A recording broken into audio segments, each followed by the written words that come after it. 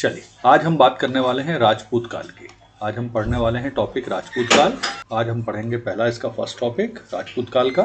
चलिए, तो सबसे पहले देख लेते हैं पृष्ठभूमि, यानी राजपूत जिन्हें हम कहते हैं राजपूत, वो थे कौन आखिर, कहाँ से इनकी उत्पत्ति हुई, क्या इसके पीछे सिद्धांत है, उसे हम समझते हैं। तो देखिए, इससे पहले अभी हमने टॉपिक कल पढ़ा था हर्षवर्धन, राजा हर्षवर्धन। ये उत्तर भारत के एक इम्पॉर्टेंट राजा थे, महत्वपूर्ण राजा थे, शक्तिशाली राजा थे। फिर इनका जो साम्राज्य है उसका विघटन हो गया। इनके साम्राज्य के विघटन के पश्चात फिर उत्तर भारत में बहुत सारी बड़ी, कोई भी एक केंद्रीय सत्ता नहीं रही और छोटी छोटी सत्ता बन गई। बहुत सारे छोटे छोटे राज्यों की, स्वतंत्र राज्यों की स्थापना हो गई और इन राज्यों की स्थापना करने वाले व्यक्तियों को कहा गया राजपूत। राजपूत शब्द का अर्थ क्या होता है, तो थोड़ा सा हम इसे समझते हैं। तो राजपूत जो शब्द है, ये एक्चुअली में जो राजपुत्र है, यानी सन ऑफ द किंग, उसका अपभ्रंश है, वहां से मिलके बना हुआ है। और राजा का पुत्र या शाही परिवार का कोई व्यक्ति ही राजपुत्र कहलाता है। तो ये थोड़ा सा हमें ध्यान रखना है। इससे जुड़े हुए काफी क्वेश्चन आते हैं प्री और मेंस में कि इनका ओरिजिन कैसे हुआ, राजपूतों का ओरिजिन कहाँ से हुआ, उत्पत्ति कैसे हुई।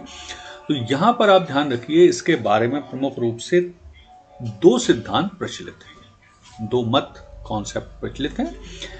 एक मत को बताने वाले बोलते हैं कि राजपूतों की उत्पत्ति विदेशियों से हुई है, और दूसरे मत वाले बोलते हैं कि राजपूत की उत्पत्ति भारतीयों से ही हुई है। तो अब दोनों मतों को देखते हैं और कौन सा मान्य है उसे भी देखते हैं। तो भारतीय मत जो है, उसे देने वाला जो प्रमुख व्यक्ति है वो है कवि चंद बरदाई। कवि चंद बरदाई भारतीय मत को देने वाला प्रमुख व्यक्ति है। कवि चंद बरदाई कौन थे, तो ये पृथ्वीराज चौहान के दरबारी कवि थे।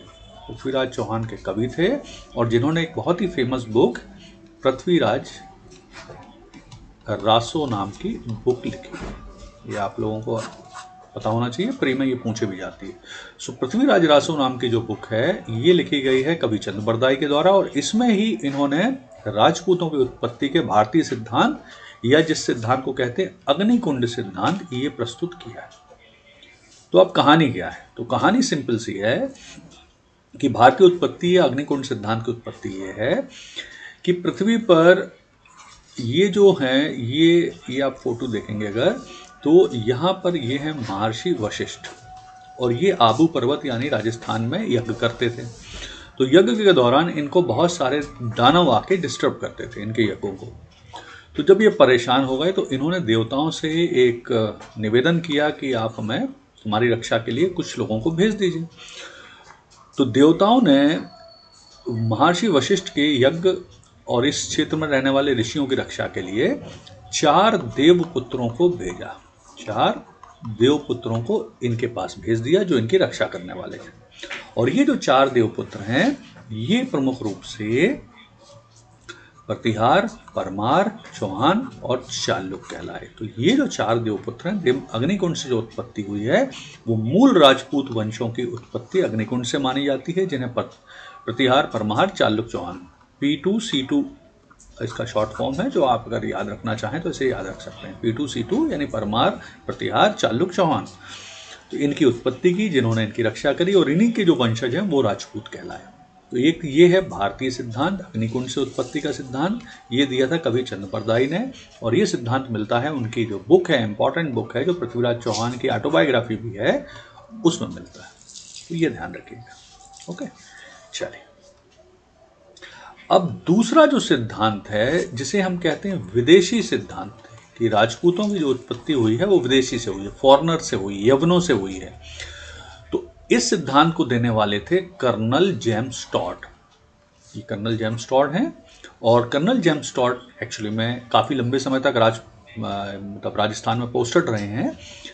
ये आर्मी के कर्नल थे, तो ये काफ़ी लंबे समय तक पोस्टेड रहे हैं। इनकी एक बहुत ही फेमस बुक है, उस बुक का नाम है the annal and antiquities of Rajputana या Rajasthan. The annal and antiquities of Rajputana या राजस्थान। इस फेमस बुक में इन्होंने ये विदेशी उत्पत्ति का सिद्धांत प्रस्तुत किया है। और ध्यान रखिए, कर्नल जेम्स टॉड को राजपूतों के इतिहास का सबसे ज़्यादा रिकग्नाइज, सबसे ज़्यादा मान्य, सबसे ज़्यादा इंपॉर्टेंट, सबसे ज़्यादा रिकग्नाइज इतिहासकार माना जाता है कि उन्होंने बहुत ही अच्छी तरीके से, ऑथेंटिक तरीके से राजपूतों का इतिहास लिखा है। तो ये कर्नल जेम्स टॉड, इन्होंने अपनी बुक है, ये बुक भी पूछी जाती है प्री में, the annal and antiquities of Rajputana, ये राजस्थान में दिया हुआ है। ठीक है, तो इसमें इन्होंने दिया है कि जो राजपूतों की उत्पत्ति हुई है वो मूल रूप से विदेशियों और भारतीयों के संगम के साथ हुई है। कैसे? देखिए, इन्होंने कहा है प्रमुख रूप से यवन, यवन मतलब, ये मैंने पहले चैप्टर में आपको ऑलरेडी बताया हुआ है, यवन का अर्थ होता है विदेशी। तो भारत में प्रमुख रूप से जो विदेशी आक्रमणकारी हैं उन्हें यवन कहा गया है। और ये कौन सी यवन आक्रमणकारी हैं? तो इन्हें, ये हैं ग्रीक, शक, पहलव और कुषाण। तो बेसिकली जो कर्नल टॉड हैं, इन्होंने कहा है कि जो राजपूतों की उत्पत्ति हुई है वो शक, पहलव, इन दो जातियों से प्रमुख रूप से, भारतीयों के साथ इनके संगम होने के साथ, मिलने के साथ, भारतीय लोगों के साथ इनकी शादी विवाह होने के बाद जो इनके पुत्र हुए हैं, जो इनकी नेक्स्ट जनरेशन है, वो राजपूत कहलाए। तो ये जनरल कर्नल जेम्स टॉड का सिद्धांत है और ये सिद्धांत ही मान्य है। इसी सिद्धांत को प्रमुख रूप से मान्यता दी जाती है, इस सिद्धांत को प्रमुख रूप से मान्यता दी जाती है भारतीय इतिहास में। तो ये हमको याद रखना है, ये इंपॉर्टेंट चीज़ है। तो कौन कौन से सिद्धांत हैं? प्रमुख रूप से जो ओरिजिन ऑफ राजपूत हैं उनके पीछे दो सिद्धांत दिए जाते हैं। सिद्धांत नंबर 1 भारतीय सिद्धांत, भारतीय उत्पत्ति से सिद्धांत, जो कि कवि चंद्र बरदाई ने दिया है, अग्निकुंड सिद्धांत। और दूसरा सिद्धांत है विदेशी उत्पत्ति का सिद्धांत। विदेशी उत्पत्ति का सिद्धांत प्रमुख रूप से दिया है कर्नल जेम्स टॉड ने। कर्नल जेम्स टॉड बहुत लंबे समय तक पोस्टेड रहे राजस्थान में और उन्होंने एक बहुत ही मान्य इतिहास लिखा है राजस्थान का। और उनकी जो इंपॉर्टेंट बुक है जिसमें इन्होंने प्रस्तुत किया है सिद्धांत, उसे कहते हैं the annal and antiquities of Rajputana, ये राजस्थान। ठीक है, और यही सिद्धांत एक्चुअली में मान्य है। तो आपको अगर पूछा जाएगा कि राजपूत की उत्पत्ति राजपूतों की उत्पत्ति कहाँ से हुई, तो ये हुई है विदेशियों से, यानी विदेशियों और भारतीयों का जो विवाह संबंध हुए उसके पश्चात ये उत्पत्ति हुई। ठीक है, तो ये थोड़ा सा ध्यान रखिए। अच्छा, इसके बाद विदेशी उत्पत्तियों के सिद्धांत को कुछ भारतीय इतिहासकारों ने भी मान्यता प्रदान की है। तो ये भी कई बार प्री में पूछ लिया जाता है, तो आप थोड़ा सा इसको ध्यान रखिए। अब ये क्या है? डॉक्टर ईश्वरी प्रसाद और डॉक्टर भंडारकर आदि विद्वान भी राजपूतों को भारतीय विदेशी उत्पत्ति मानते हैं। फिर प्राचीन क्षत्रियों से उत्पत्ति का सिद्धांत, तो ये GN ओझा और PC वैद्य मानते हैं कि भैया ये प्राचीन भारतीय क्षत्रियों से ही उत्पन्न हुए हैं। फिर एक और सिद्धांत है जो कहता है कि इनकी उत्पत्ति ट्राइबल से हुई है, जनजातियों से हुई है। तो ये हैं स्मिथ, जिनका कहना है कि राजपूतों की उत्पत्ति गौड़, खरवार, भर आदि जनजातियों से हुई। मान सिद्धांत कौन सा है? तो रिकग्नाइज सिद्धांत मिश्रित उत्पत्ति है ना, मिक्स्ड ओरिजिन। मिक्स्ड ओरिजिन का मतलब क्या है? भारतीय प्लस विदेशी। और विदेशी में भी कौन? तो पहलव यानी पार्थियन और शक। तो पहलव और पार्थियन जैसी विदेशी जातियां जिन भारतीयों के साथ जब इनके वैवाहिक संबंध वगैरह हुए, तो उसके पश्चात जो इनके पुत्र हुए, जो इनकी नेक्स्ट जनरेशन हुई, वो कहलाई राजपूत। तो इसको थोड़ा सा ध्यान रखिएगा। और प्रमुख राजपूत जो वंश हैं, तो भारत में प्रमुख राजपूत वंश में 4 तो वही हैं, चालुक्य, चौहान, परमार, प्रतिहार। इसके अलावा पाल, चंदेल, गहड़वाल इत्यादि ये प्रमुख वंश हैं। यहाँ मैं आपको और बता दूँ कि प्रमुख रूप से राजपूतों के कितने वो माने जाते हैं कुल। तो कुल के हिसाब से राजपूतों के एक होता है चंद्रवंश से उत्पन्न राजपूत, ये हैं 10। एक है सूर्यवंश से उत्पन्न राजपूत, तो इनकी संख्या है 10। एक है ऋषि वंश से उत्पन्न या ऋषि कुल से उत्पन्न राजपूत, इनकी संख्या है 12। और चौथा है अग्निकुंड, अग्निकुंड से उत्पन्न राजपूत, तो इनकी संख्या है 4। इस तरह से टोटल 36 राजपूत मूल रूप से माने जाते हैं, ये आप ध्यान रखिएगा। और ये वंशों का जो क्रम दिया है मैंने, इसे भी ध्यान से ध्यान रखिएगा। चंद्रवंश के राजपूत 10 होते हैं, मतलब अच्छा ये क्या है? तो हर राजपूत मूल रूप से अपने आप को किसी पौराणिक योद्धा या पौराणिक जो हमारे यहाँ के कैरेक्टर हैं उनसे उत्पन्न बताता है।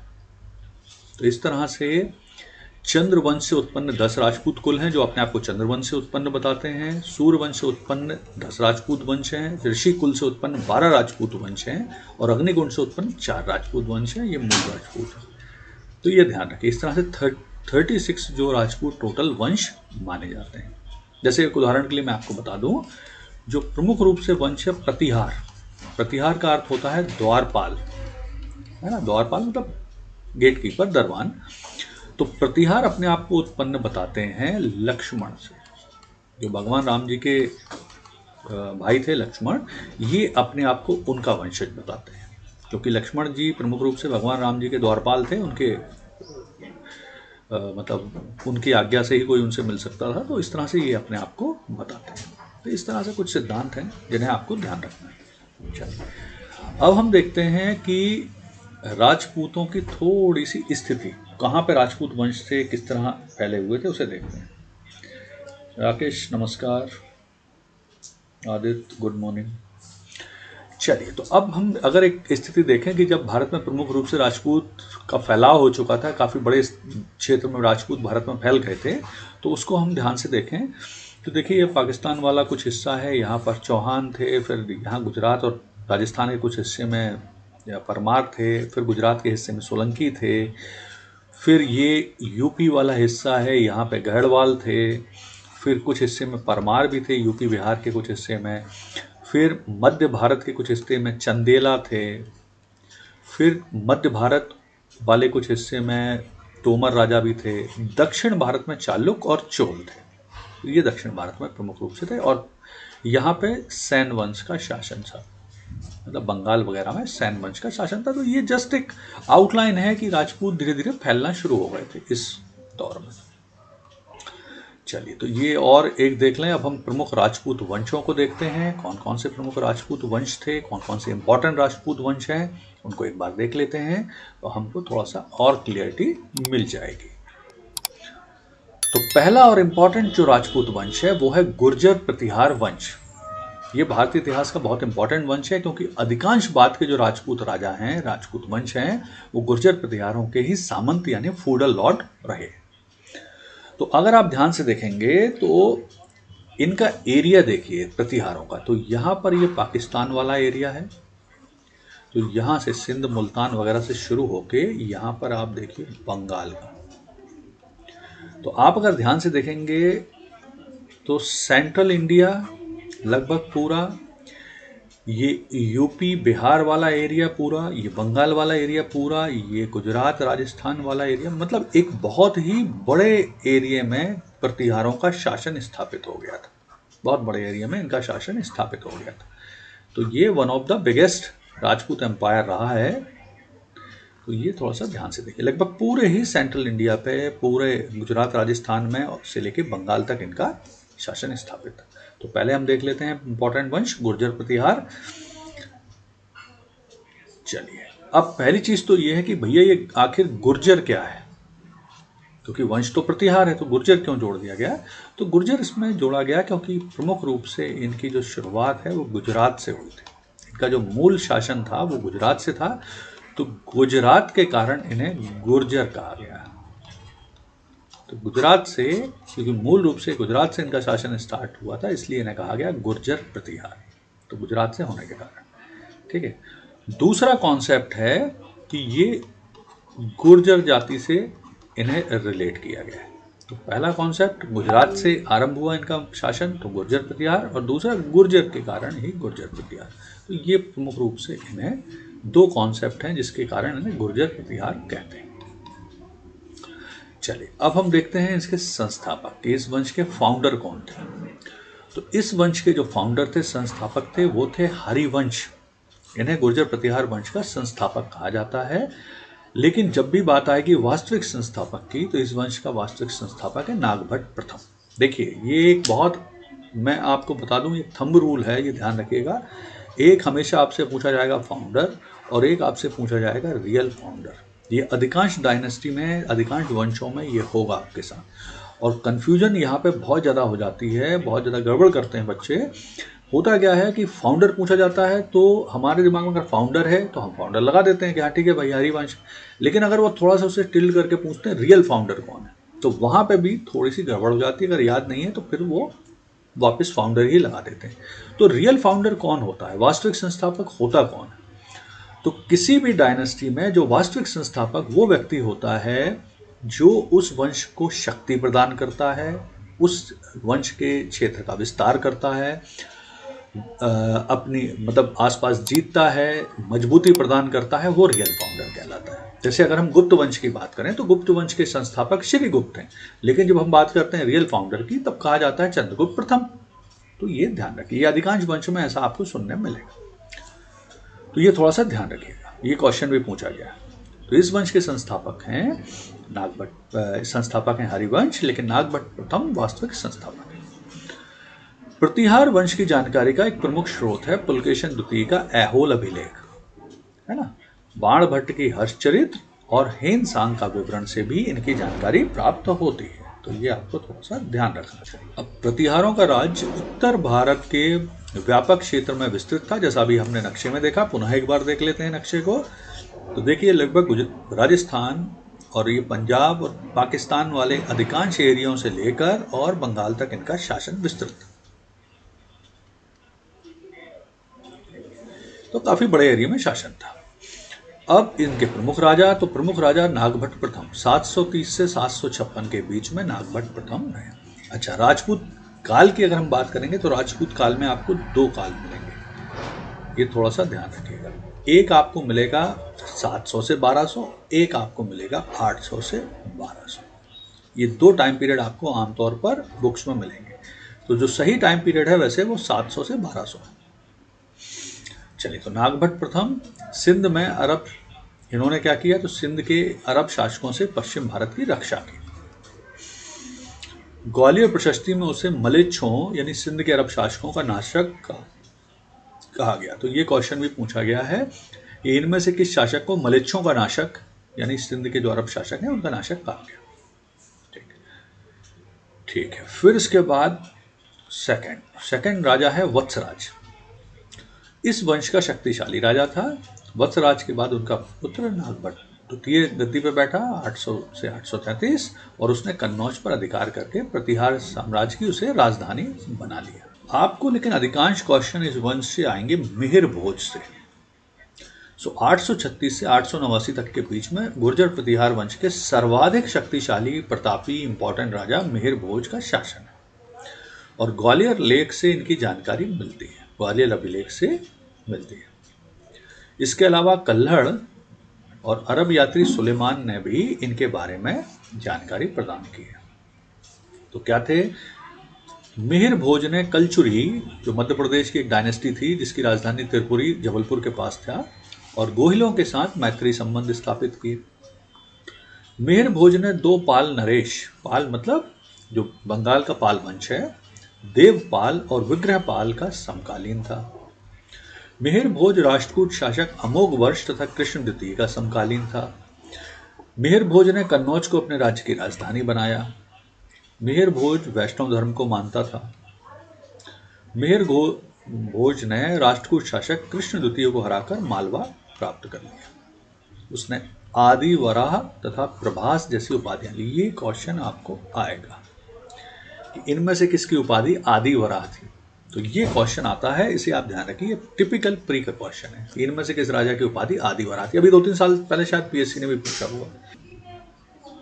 चलिए, फिर उसके बाद इनके पुत्र बने महेंद्रपाल 890 से 910 के बीच में। महेंद्रपाल से जुड़ा हुआ जो क्वेश्चन है वो आता है, प्रसिद्ध विद्वान राजशेखर इनके दरबार में थे। देखिए यहां थोड़ा सा ध्यान रखिएगा, राजशेखर बाद में एक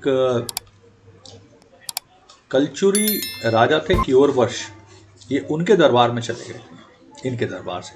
तो ये ध्यान रखिए, ये कलचुरी राजा कियोर वर्ष के दरबार में चले गए थे बाद में, लेकिन शुरुआत में थे ये प्रतिहार राजा महेंद्रपाल के दरबार में। और इनकी बुक्स बहुत पूछी जाती हैं राजशेखर की। तो प्रमुख रूप से कपूर मंजरी, काव्य मीमांसा, विद्युशाल भंजिका, ये भा है, ये माँ नहीं है, भंजिका, विद्युशाल भंजिका, बाल भारत और बाल रामायण भुवन कोश तथा हर विलास जैसी बुक्स की रचना की। तो ये थोड़ा सा नाम याद रखिए, कपूर मंजरी, काव्य मीमांसा, विद्युशाल भंजिका, बाल भारत, बाल रामायण, भुवन कोश तथा हर विलास जैसे जैन ग्रंथ की रचना की है। तो ये थोड़ा सा ध्यान रखिए। फिर इस वंश का एक और इम्पोर्टेंट राजा है वो महिपाल। तो इस वंश का एक और इम्पोर्टेंट राजा है और इसके टाइम पीरियड में बगदाद का निवासी अल मसूदी, ये क्वेश्चन पूछा गया है कि किस प्रतिहार राजा के दरबार में अल मसूदी आया था। तो अल मसूदी आया था महिपाल के दरबार में, और महिपाल के बाद ही गुर्जर प्रतिहार साम्राज्य का विघटन आरंभ हो गया, है ना। फिर इसके बाद कुछ राजा रहे लेकिन वो इतने इंपॉर्टेंट नहीं है आपके लिए। तो ये प्रतिहार है, प्रतिहार से क्वेश्चन आमतौर पर प्री में ही आते हैं ज्यादातर क्वेश्चन। चलिए अब दूसरा वंश देखते हैं इंपॉर्टेंट, ये है हमारा चौहान वंश। तो ध्यान से देखिए, तो चौहान वंश का आपको शासन प्रमुख रूप से मिलेगा राजस्थान, दिल्ली और कुछ पार्ट के सेंट्रल इंडिया में और यूपी। तो ये प्रमुख रूप से इनका शासन है। कहाँ पर? राजस्थान, दिल्ली, यहाँ पर कुछ पार्ट में हरियाणा, यूपी, ये इनका शासन था, और कुछ पार्ट ये महोबा वाला, तो ये एरिया था जिस पर चौहान वंश का शासन था। चौहान वंश भी भारत के एक प्रमुख वंशों में से एक है और अग्निकुंड सिद्धांत से उत्पन्न वंशों में से भी है, अग्निकुंड से उत्पन्न वंशों में से भी एक। चलिए तो सबसे पहले देखते हैं चौहान वंश के संस्थापक, फाउंडर कौन थे। तो वासुदेव इस वंश के संस्थापक मानते हैं। फाउंडर कौन है? वासुदेव। और इन्होंने अपनी राजधानी अजमेर के निकट शाकंभरी में स्थापित की थी। शाकंभरी में इन्होंने अपनी कैपिटल बनाई थी। किसने? वासुदेव ने। इस वंश का साम्राज्य दिल्ली, झांसी, पंजाब, राजस्थान और पश्चिमी उत्तर प्रदेश तक विस्तृत था, जो अभी हमने नक्शे में देखा, ठीक है। और ये लोग कौन थे? तो ये गुर्जर प्रतिहारों के ही सामंत थे। तो चौहान लोग कौन थे? तो ये सामंत थे गुर्जर प्रतिहारों के, है ना, फूडल लॉर्ड ऑफ गुर्जर प्रतिहार। 10वीं शताब्दी के प्रारंभ में वाकपति राज ने प्रतिहारों को से अपने आप को स्वतंत्र घोषित कर दिया। तो वाकपति राज प्रथम जो थे, ये प्रथम स्वतंत्र शासक के रूप में इन्होंने शासन शुरू किया। पृथ्वीराज के पुत्र अजयराज ने अजमेर शहर की स्थापना कर उसे राज्य की राजधानी बनाया, ठीक है। तो शाकंभरी के बाद चौहान वंश की राजधानी बनी अजमेर, और किसने बनाई थी? तो अजयराज। एक क्वेश्चन और यहां पूछा जाता है कि किसने अजमेर शहर की स्थापना की, तो वो भी अजयराज, यहां ध्यान रखिएगा। अब इस वंश का एक इंपॉर्टेंट राजा है विग्रहराज वीसलदेव। विग्रहराज वीसलदेव, ये पूरा ऐसा नाम आएगा, विग्रहराज वीसलदेव। वो इस वंश का एक इंपॉर्टेंट राजा था। इसने तोमर राजाओं को पराजित करके दिल्ली पर अपना अधिकार कर लिया। इस वंश का एक इंपॉर्टेंट राजा है विग्रहराज वीसलदेव, जिसने दिल्ली पर अधिकार किया। विग्रहराज एक कवि और विद्वान भी था और उसने हैरी कैली नामक एक संस्कृत नाटक की रचना की थी। यही क्वेश्चन पूछा जाता है, हैरी कैली की रचना किस विद्वान ने की थी, किस चौहान वंश के राजा ने की थी? तो वो है विग्रहराज वीसलदेव। इन्होंने स्थापना की थी संस्कृत नाटक की, ठीक है। और इनके दरबार में ललित विग्रहराज का रचनाकार सोमदेव रहता था। तो इनका एक दरबारी कवि था जिसका नाम था सोमदेव, और उसने एक इंपॉर्टेंट बुक लिखी है ललित विग्रहराज, जो इन्हीं के ऊपर है, विग्रहराज वीसलदेव। तो ललित विग्रहराज की नाम की बुक लिखी, ठीक है। अच्छा, विग्रहराज वीसलदेव ने, ध्यान रखिएगा, अजमेर में एक संस्कृत स्कूल भी खोला था। संस्कृत स्कूल भी खोला था, और बाद में उसी संस्कृत स्कूल में बाद में उसी संस्कृत स्कूल को नष्ट करके एक 2.5 दिन का झोपड़ा कुतुबुद्दीन ऐबक ने बनवाया था। चलिए, फिर इस वंश का जो सबसे इंपॉर्टेंट राजा है, जिसके बारे में सर्वाधिक क्वेश्चन आएंगे, वो है पृथ्वीराज तृतीय, यानी पृथ्वीराज चौहान, जिसे हम बोलते हैं ना पृथ्वीराज चौहान, वो पृथ्वीराज तृतीय हैं। 1178 से 1192 तक इनका टाइम पीरियड है। इसमें 91 इसलिए लिखा कि वो 92 में हार गए थे, इसलिए 91 लिखा हुआ। सबसे इंपॉर्टेंट राजा हैं, ठीक है, और इनकी बहुत सारी। तो इनकी सबसे पहले तो टाइटल है इनका राय पिथौरा, ये इनका टाइटल है, उपाधि है। तो राय पिथौरा उपाधि थी पृथ्वीराज चौहान की। ये इस वंश के बहुत ही इंपॉर्टेंट राजा हैं। तो पहले इनकी जो इंपॉर्टेंट इवेंट हैं जो इनसे जुड़े हुए, पहले वो देख लेते हैं। तो पहला एक इंपॉर्टेंट इवेंट है संयुक्ता प्रकरण। देखिए, पृथ्वीराज चौहान से एक संयुक्ता प्रकरण जुड़ा हुआ है। ये क्या प्रकरण है? तो गहड़वाल वंश था जिसकी राजधानी थी कन्नौज में, और उसके एक राजा थे जयचंद। तो गहड़वाल वंश के राजा जयचंद की पुत्री थी संयुक्ता, और ये गहड़वाल और चौहान वंश ये आपस में रिलेटिव थे, और ये जो संयुक्ता थी इनकी डिस्टेंस रिलेशन में इनकी मतलब रिलेशन में ही आती थी पृथ्वीराज चौहान की। लेकिन दोनों के बीच में अफेयर था। तो इस बात की जानकारी जयचंद को हुई तो वो नाराज हुए और उन्होंने संयुक्ता का एक स्वयंवर रचा, मतलब मैरिज करने के लिए लोगों को बुलाया, राजाओं को। तो इसमें पृथ्वीराज चौहान पहुंचे और उन्होंने संयुक्ता का अपहरण किया उस स्वयंवर से और बाद में उनसे विवाह कर लिया, जिसके कारण जयचंद यानी गहड़वाल वंश और चौहान वंश की बहुत ज़्यादा दुश्मनी हो गई।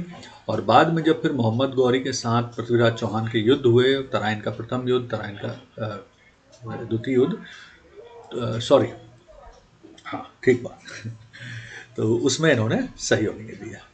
ठीक है, तराइन के प्रथम और द्वितीय युद्ध में फिर इन्होंने सहयोग नहीं दिया था जयचंद ने इनको। तो ये पहला इंपॉर्टेंट घटना है जो इनसे जुड़ी हुई है, संयुक्ता प्रकरण।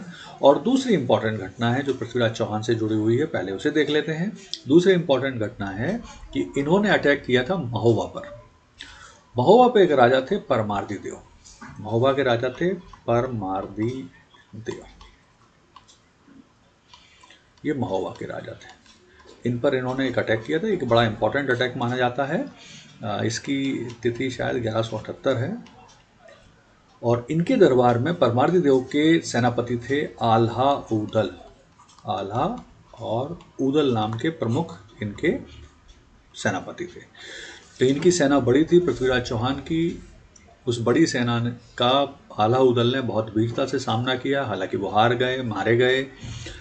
लेकिन पृथ्वीराज चौहान ने आल्हा ऊदल की वीरता से खुश होकर इनकी मूर्तियां महोबा किले के बाहर लगवाई। और जो आल्हा ऊदल हैं, इनके वीरतापूर्ण कारनामों पर एक बहुत इंपॉर्टेंट बुक लिखी गई है जिसका नाम है आल्हा खंड। आल्हा खंड, ये बुक का नाम भी पूछा जाता है, इसके लेखक का नाम भी पूछा जाता है। तो लेखक हैं जगनिक। जगनिक नामक लेखक ने आल्हा ऊदल के वीरतापूर्ण कारनामों पर आल्हा खंड नाम की बुक लिखी। और आल्हा ऊदल से जुड़ा एक और क्वेश्चन आता है कि इनका अखाड़ा कहाँ है। आल्हा ऊदल का अखाड़ा, तो जो मैहर है मध्य प्रदेश का, वो इनका अखाड़ा माना जाता है। अखाड़ा मतलब वहाँ उन्होंने अस्त्र शस्त्र की शिक्षा ली। और ऐसा कहा जाता है, आज भी ऐसी मान्यता है मैहर में, कि सुबह सबसे पहले आल्हा ऊदल ही दर्शन करने आते हैं शारदा माता के। ठीक है, वो दर्शन करने सबसे पहले आते हैं जब खुलता है मंदिर सुबह, और उसके पश्चात आम लोग आते हैं। तो ऐसे मान्यताएं हैं। तो ये क्वेश्चन चूंकि पूछे गए हैं अलग अलग टाइम में सारे, तो आपको ये पता होना चाहिए। ये सारे क्वेश्चन विस्तार से आपको जानकारी में होना चाहिए। अच्छा, तो ये दो इवेंट हो गए इनसे जुड़े। और तीसरा और इम्पॉर्टेंट जो इवेंट है वो वही है फाइनली जिससे सबसे ज़्यादा क्वेश्चन आते हैं, तराइन का प्रथम युद्ध, तराइन का द्वितीय युद्ध। तो फिर इनके और मोहम्मद गौरी के बीच में तराइन का प्रथम और द्वितीय युद्ध हुआ। दो युद्ध हुए। कब कब? 1191 और 1192 में तराइन का प्रथम और द्वितीय युद्ध। सो मोहम्मद गौरी वर्सेस पृथ्वीराज चौहान, तराइन का प्रथम और द्वितीय युद्ध हुआ। प्रथम युद्ध में मोहम्मद गौरी को पृथ्वीराज चौहान ने हरा दिया। लेकिन तराइन का द्वितीय युद्ध जो 1192 में हुआ, इसकी डेट्स पूछी जाती हैं, उसमें मोहम्मद गौरी ने पृथ्वीराज चौहान को पराजित कर दिया। अब जब इन्होंने पृथ्वीराज चौहान को पराजित कर दिया तो इससे जुड़ी हुई फिर दो कहानियां प्रचलित हैं। अब दो कौन सी कहानियां प्रचलित हैं? वो कहानियां प्रचलित ये हैं कि एक तो कहानी ये है कि पृथ्वीराज चौहान, मोहम्मद गौरी ने पृथ्वीराज चौहान को मार दिया था। यह है कहानी नंबर 1, मतलब युद्ध के बाद में। और कहानी नंबर 2 प्रचलित है, ये वर्जन है कवि चंद बरदाई का। कवि चंद बरदाई का वर्जन है और ये लिखा हुआ है पृथ्वीराज रासों में। ये वर्जन क्या है? ये वर्जन है चंद बरदाई का कि भैया जब पृथ्वीराज चौहान को तराइन के द्वितीय युद्ध में हरा दिया था मोहम्मद गौरी ने, उसके बाद वो उनको पकड़ के ले गए गजनी, अफगानिस्तान। वहाँ पर उन्होंने एक बड़ा जश्न मनाया। वहाँ उन्हें पता चला कि पृथ्वीराज चौहान शब्द भेदी बाण चलाते हैं, शब्द भेदी बाण चलाते हैं। तो उन्होंने कहा चलो भैया इसकी परीक्षा लेते हैं। तो उन्होंने पृथ्वीराज चौहान की ऑलरेडी आंखें फोड़ दी थी और पृथ्वीराज चौहान को एक जगह खड़ा किया और उसके सामने एक मुर्गे को बांध दिया और पृथ्वीराज चौहान से कहा कि भैया जाओ इस पर तीर चला के इसे मारो। और उनके साथ उनके कवि भी थे चंद्रबरदाई। तो चंद्रबरदाई से कहा कि भैया पृथ्वीराज चौहान ये खड़े हुए हैं, ये मुर्गा खड़ा हुआ है, आप इसका डिस्टेंस हाइट वगैरह बता दो। तो चंद्रबरदाई ने इस मुर्गे का डिस्टेंस बताने की जगह उनको जहां मोहम्मद गौरी एक सिंहासन पर बैठा हुआ था उसका डिस्टेंस बताया। एक वो बहुत ही फेमस कहावत है, 4 हाथ 84 गज अंगुल अष्ट प्रधान, ता ऊपर सुल्तान है मत चुको चौहान। तो उन्होंने इनका डिस्टेंस पृथ्वीराज चौहान को मोहम्मद गौरी का डिस्टेंस बता दिया था इसकी जगह। तो मोहम्मद गौरी को पृथ्वीराज चौहान ने शब्दभेदी बाण चला के मार दिया था। ये वर्जन केवल चंद्रबरदाई की पृथ्वीराज रासो में। तो ये वर्जन सही नहीं है क्योंकि मोहम्मद गौरी तो 1206 तक जिंदा था, लेकिन पृथ्वीराज चौहान के बारे में तराइन के द्वितीय युद्ध के पश्चात कोई जानकारी नहीं मिलती है। तो इससे पता चलता है कि ये जो कहानी है ये सही नहीं लगती। ये मतलब प्रॉपर इसको इतिहासकारों ने इसे मान्य नहीं किया है, ये सिर्फ चंद्रबरदाई का वर्जन है। और इसके बाद कहा जाता है कि भैया जब पृथ्वीराज चौहान ने मोहम्मद गौरी को मार दिया तो उनके अंगरक्षकों ने पृथ्वीराज चौहान को मार दिया। तो ऐसी कहानियां हैं जो वर्जन है। ठीक है, ठीक है। तो अब दूसरा यहाँ से एक और चीज़ ध्यान रखना है। एक तो आपने पढ़ी पृथ्वीराज रासो नाम की बुक जो कवि चंद्रबरदाई ने लिखी, और एक और बुक है जो पूछी जाती है जो कंफ्यूज करती है, वो है पृथ्वीराज विजय। ठीक है, तो पृथ्वीराज विजय जो लिखी है वो जयानक ने लिखी है। तो ये कोशिश करिएगा ये दोनों अलग अलग प्रॉपर तरीके से याद रखें। पृथ्वीराज रासो कवि चंद्रबरदाई की बुक है और पृथ्वीराज विजय जयानक की बुक है। ये दोनों पृथ्वीराज चौहान की जानकारी का भी स्रोत है, दोनों बुक लिखी जाती हैं, काफ़ी इंपॉर्टेंट बुक है। तो ये आपको ध्यान रखना है ना। जयानक ने पृथ्वीराज विजय नामक संस्कृत काव्य की रचना की, पृथ्वीराज रासो चंद्रबरदाई ने लिखी। ठीक है, तो ये एक वंश है, इंपॉर्टेंट वंश है जो ध्यान रखने की आवश्यकता है जिसकी। तो अभी हमने आज देखे प्रतिहार और चौहान वंश। आगे हम कोशिश करेंगे कि और जो इम्पोर्टेंट वंश हैं उनको देखें, प्रमुख रूप से परमार है, फिर पाल है वगैरह जो इम्पोर्टेंट वंश हैं, चंदेल वंश है, वो सब हम देखेंगे। ओके, धन्यवाद।